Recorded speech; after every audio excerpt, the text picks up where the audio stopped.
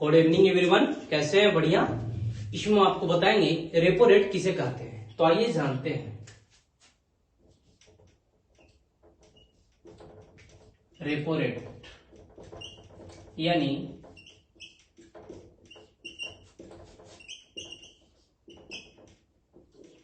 तो repo rate किसको कहते हैं, ये बात यहां पे जानिए। जैसे कि देखिए, ये आरबीआई हो गया। आरबीआई किसको कहते हैं? रिजर्व बैंक ऑफ इंडिया, मतलब केंद्रीय बैंक है। जो आरबीआई है एक केंद्रीय बैंक है,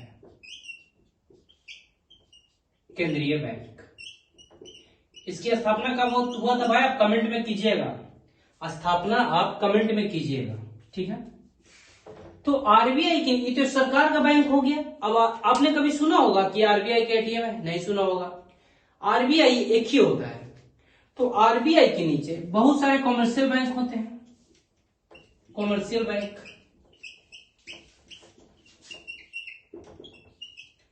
कॉमर्शियल बैंक यानी वाणिज्यिक बैंक। कॉमर्शियल बैंक मतलब वाणिज्यिक बैंक।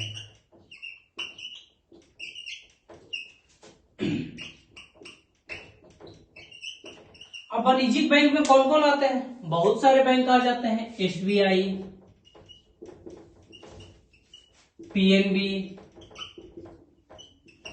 एचडीएफसी, ईटीसी, बहुत सारे बैंक। तो अब कॉमर्शियल बैंक के पास, इस सब के पास पैसे की दिक्कत हो गया। तो पैसे की दिक्कत हो गया, जरूरत पड़ गया, तो पैसे के लिए किसके पास जाएंगे? आरबीआई के पास जाएंगे। तो ये आरबीआई के पास गए, तो आरबीआई क्या कहेगा कि भैया हम फ्री तो आपका लोन देंगे नहीं। कोई भी फ्री पैसा देता है आजकल? सॉरी, नहीं देता है। क्यों? फ्री में लोग सलाह नहीं दे रहा है भाई आजकल, और ये तो पैसे की बात है। तो आरबीआई कहेगा भैया हम आपको लोन देंगे तो उस पर ब्याज लेंगे, इंटरेस्ट रेट लेंगे। अब वो इंटरेस्ट रेट कितना भी हो सकता है, 2% हो सकता है, 3% हो सकता है, 4% हो सकता है।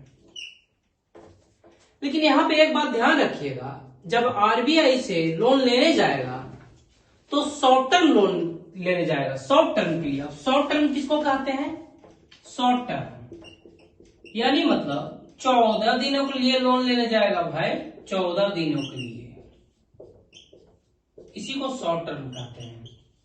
लॉन्ग टर्म लोन भी होता है, उसको दूसरे वीडियो में हम आपको बताएंगे। तो अब क्या करेगा? लोन लेने जाएगा आरबीआई के पास, तो आरबीआई इंटरेस्ट रेट तय कर देगी, और जो इंटरेस्ट रेट तय कर दी है उसी को रेपो रेट दर कहते हैं। अब आप बराबर सुनते होंगे एक चीज कि आरबीआई ने रेपो रेट दर में गिरावट कर दिया है। आरबीआई ने रेपो रेट में,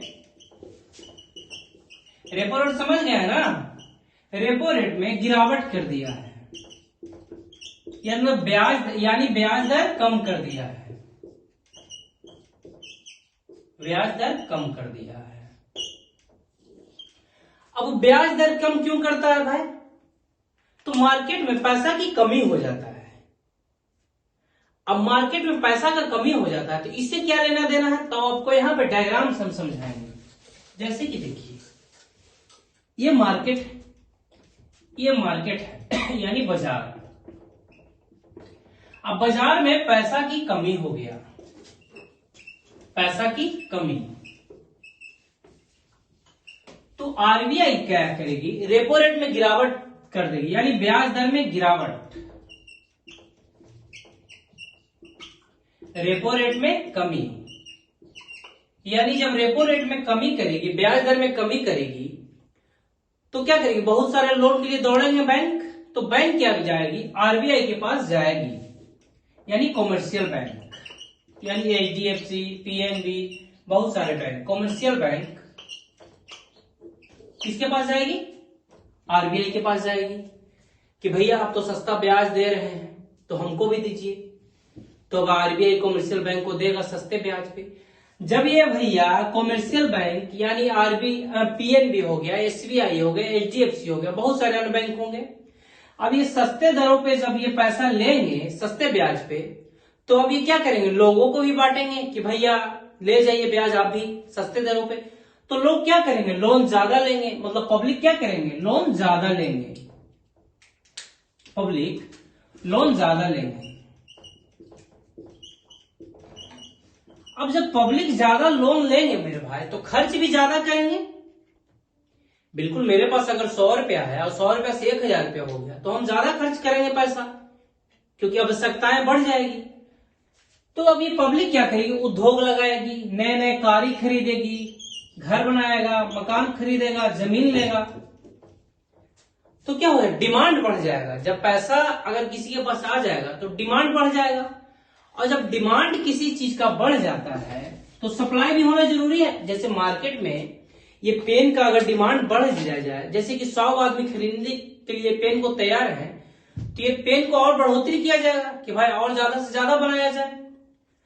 तो क्या कर जाएगा, डिमांड बढ़ जाएगा तो सप्लाई भी बढ़ जाएगा, तो आर्थिक गतिविधियां चालू हो जाएगा।